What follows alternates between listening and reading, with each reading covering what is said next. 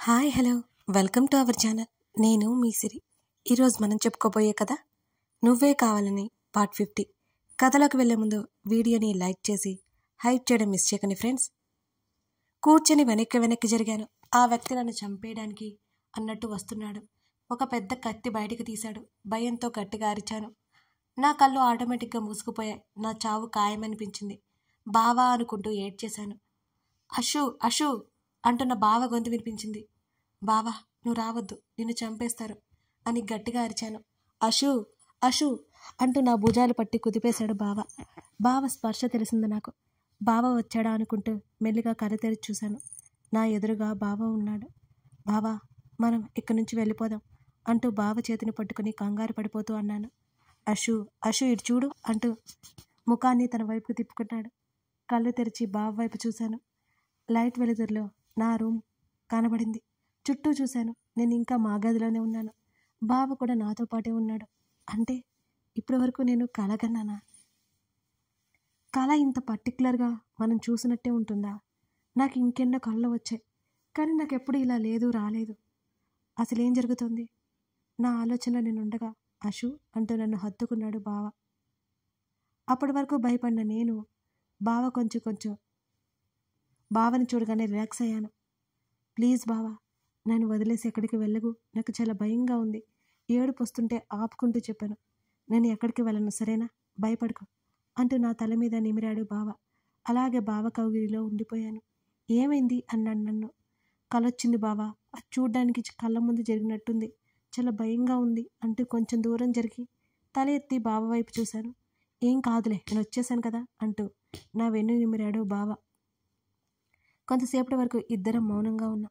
నాతో పాటు వెనక్కి వెళ్ళాడు బావ. హృదయం మీద తల పెట్టుకుని ఆలోచిస్తున్నాను నేను వచ్చేసాను కదే, భయపడకుండా పడుకోవి అని అన్నాడు బావ. కళ్ళు మూసుకుంటే చాలు అవే గుర్తుకొస్తున్నాయి నాకు. చాలా భయం వేసింది బావా, అసలు నిద్ర రావడం లేదు అంటూ తల ఎత్తి బావ వైపు చూశాను. రేపు ఈవినింగ్ కేరళకి ఫ్లైట్ బుక్ చేశాను హనీమూన్ కోసం.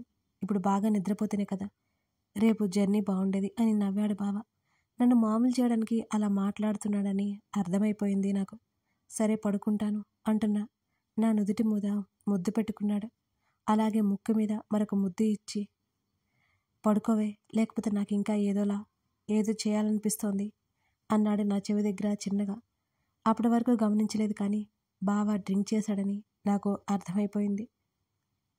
డ్రింక్ చేశావా అని కావాలనే అడిగాను నేను. అవునన్నట్టు తల నిలువుగా ఊపాడు. భలే నవ్వొచ్చింది బావ అమాయకంగా చెప్తుంటే. స్నానం చేసి వస్తాను అన్నాడు. పర్లేదులే, నాకేం ప్రాబ్లం లేదు అంటూ బావ హృదయం మీద మళ్ళీ తల పెట్టుకుని కళ్ళు మూసుకున్నాను నేను. బావ జోకొడుతూ ఉంటే చాలాసేపటికి ఎప్పుడుకో నిద్రలోకి జారుకున్నాను.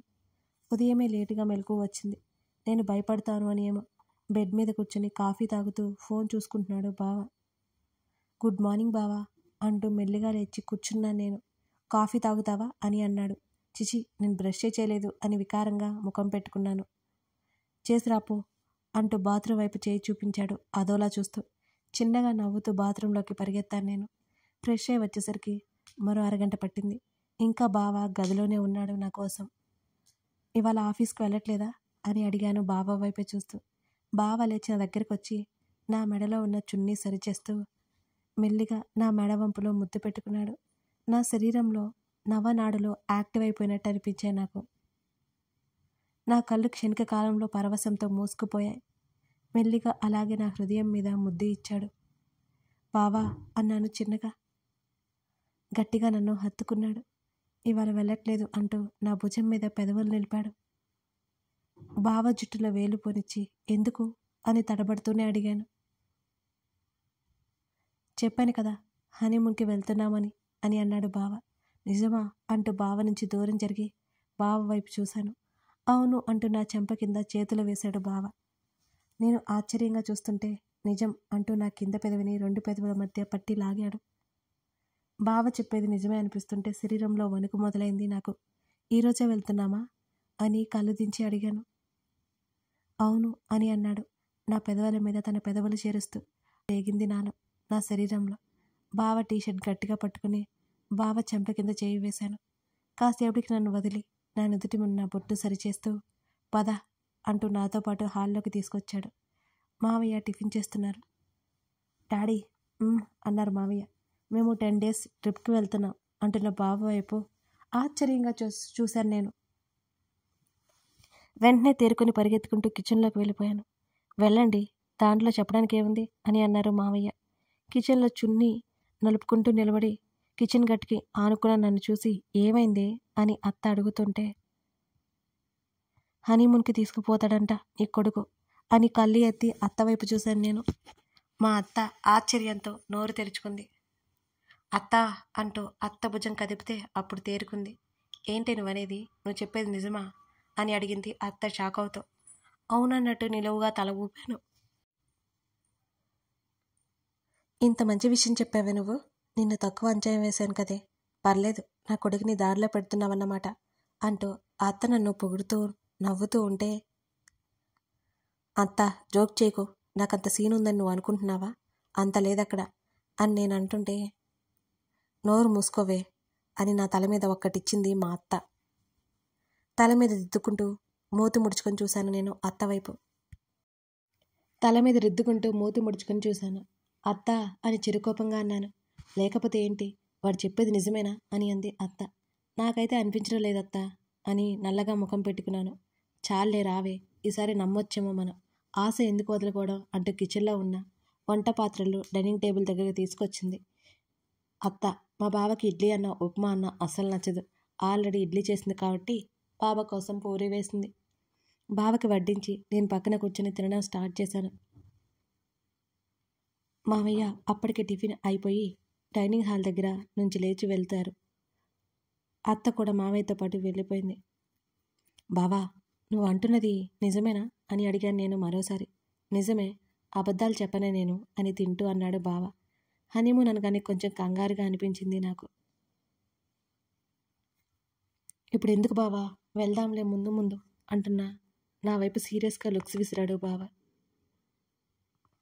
అంటే అది నా భయం చెప్పలేకపోయాను. వేరే ప్లేస్ అంటే నిజంగానే నాకు భయం వేస్తోంది. అది కేరళ అంటే ఉట్టి చెట్లుంటాయిగా, ఇంకా భయం పట్టుకుంది నాకు. ఇద్దరం టిఫిన్ చేసి హాల్లో కూర్చున్నాం.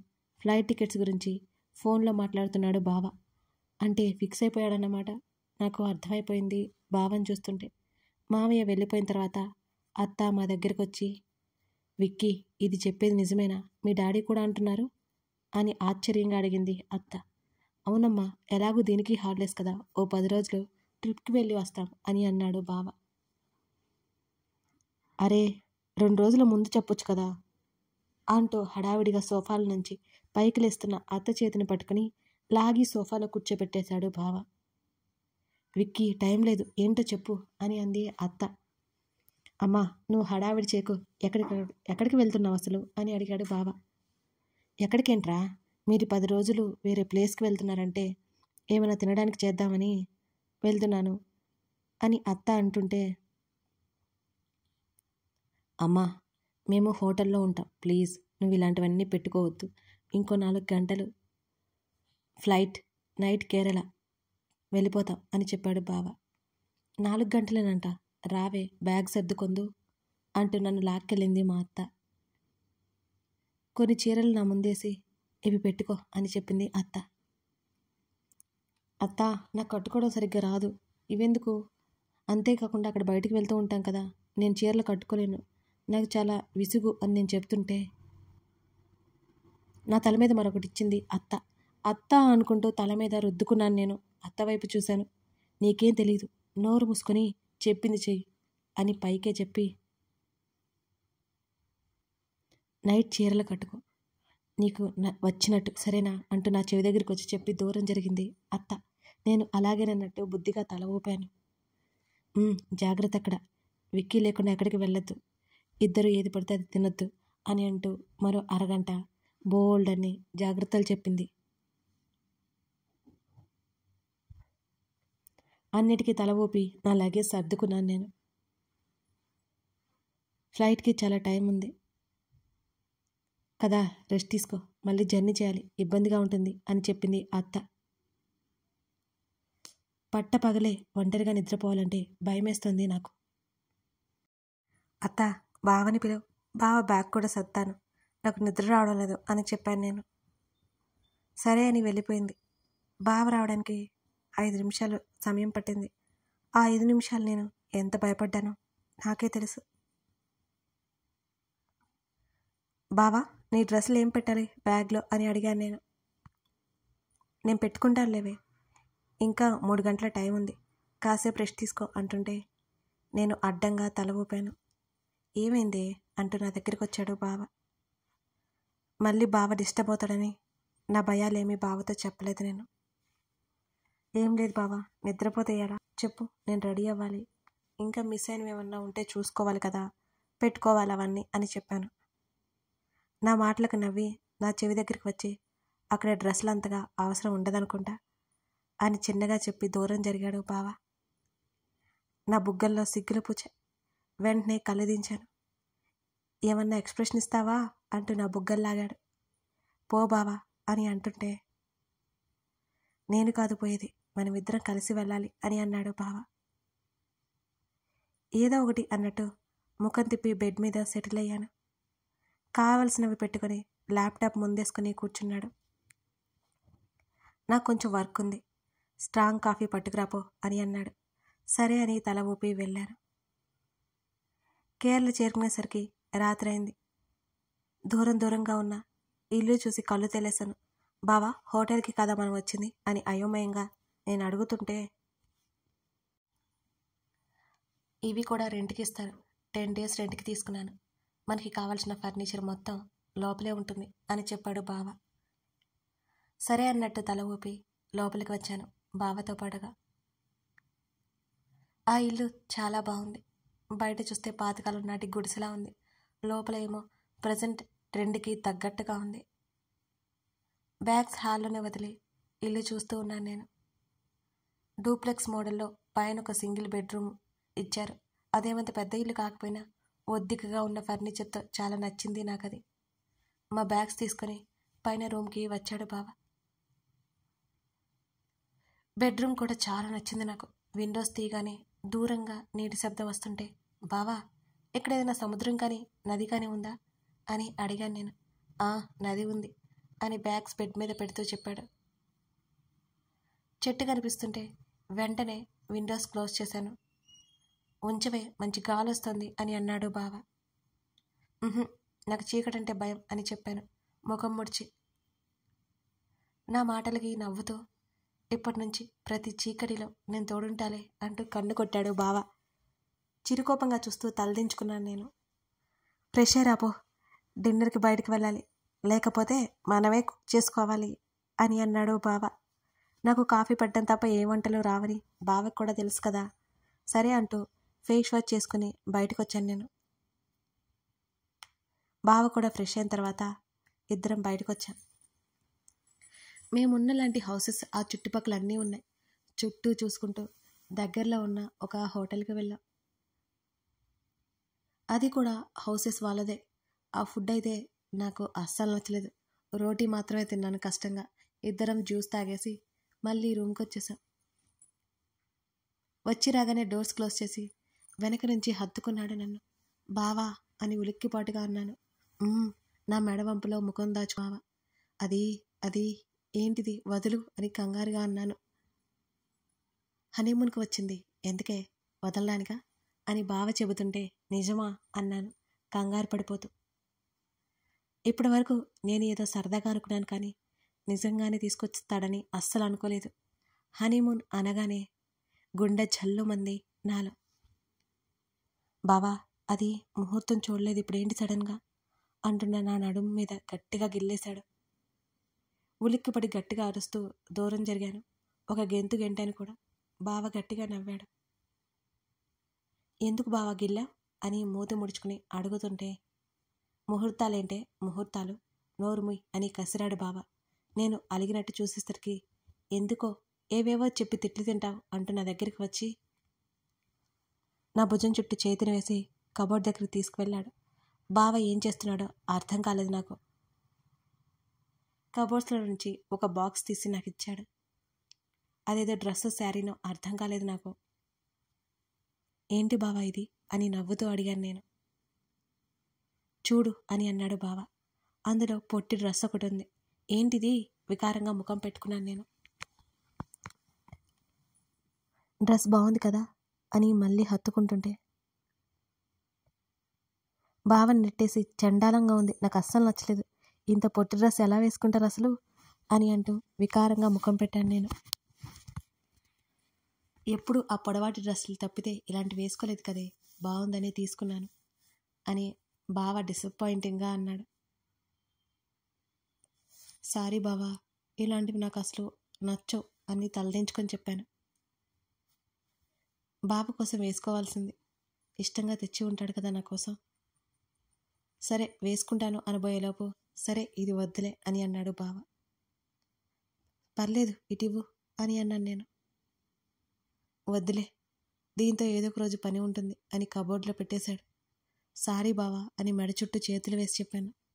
సారీ ఎందుకే తింగరి అని హత్తుకుంటుంటే, నువ్వు డిసప్పాయింట్ అయ్యావు కదా అని తల ఎత్తి చూస్తుంటే, నీ ఆన్సర్ ముందే ఎక్స్పెక్ట్ చేశాను, ప్రతిదానికి దిగులు పడికే తింగరి, కనీసం ఇదైనా తీసుకోవే అంటూ మరొక బ్యాగ్ నా చేతికిచ్చాడు. అదేంటి అని బావని హత్తిగా నేను. శారీ అన్నాడు బావ. అయితే ఇది నాకు ఓకే అని చెప్పాను నవ్వుతూ. చూసి మాట్లాడవే, మళ్ళీ అది నచ్చలేదు ఇది నచ్చలేదు అంటావు అని అన్నాడు బావ. పర్లేదులే అన్నాను అలాగే ఉండి. ఆ రూమ్లోకి వెళ్ళి చేంజ్ చేసుకునిరా అంటూ కింద ఉన్న రూమ్ చూపించాడు బావ. నాకు భయం బావా, నేను పైన రూమ్లోకి వస్తాను అంటూ హత్తుకోబోతుంటే, భయం ఎందుకే అని అంటూ నవ్వుతూ, సరే పద అంటూ నాతో పాటు గదివైపుకి నడిచాడు. అప్పుడే కాలింగ్ బెల్ మోగుతుంటే భయమేస్తోంది నాకు. కథ కొనసాగుతోంది. అశోక విక్రమ్ ఒకటైపోతారా? కాలింగ్ బెల్ ఎందుకు మోగినట్టు? అక్కడ ఏం జరగబోతుంది? అశోక విక్రమ్ జీవితాల్లో ఎటువంటి మలుపు తిరగబోతుంది? ఇవన్నీ తెలియాలంటే కథ ముందు చూడాల్సిందే. నచ్చితే లైక్ చేసి కామెంట్ చేయండి. మర్చిపోకండి friends. Thank you for watching this video.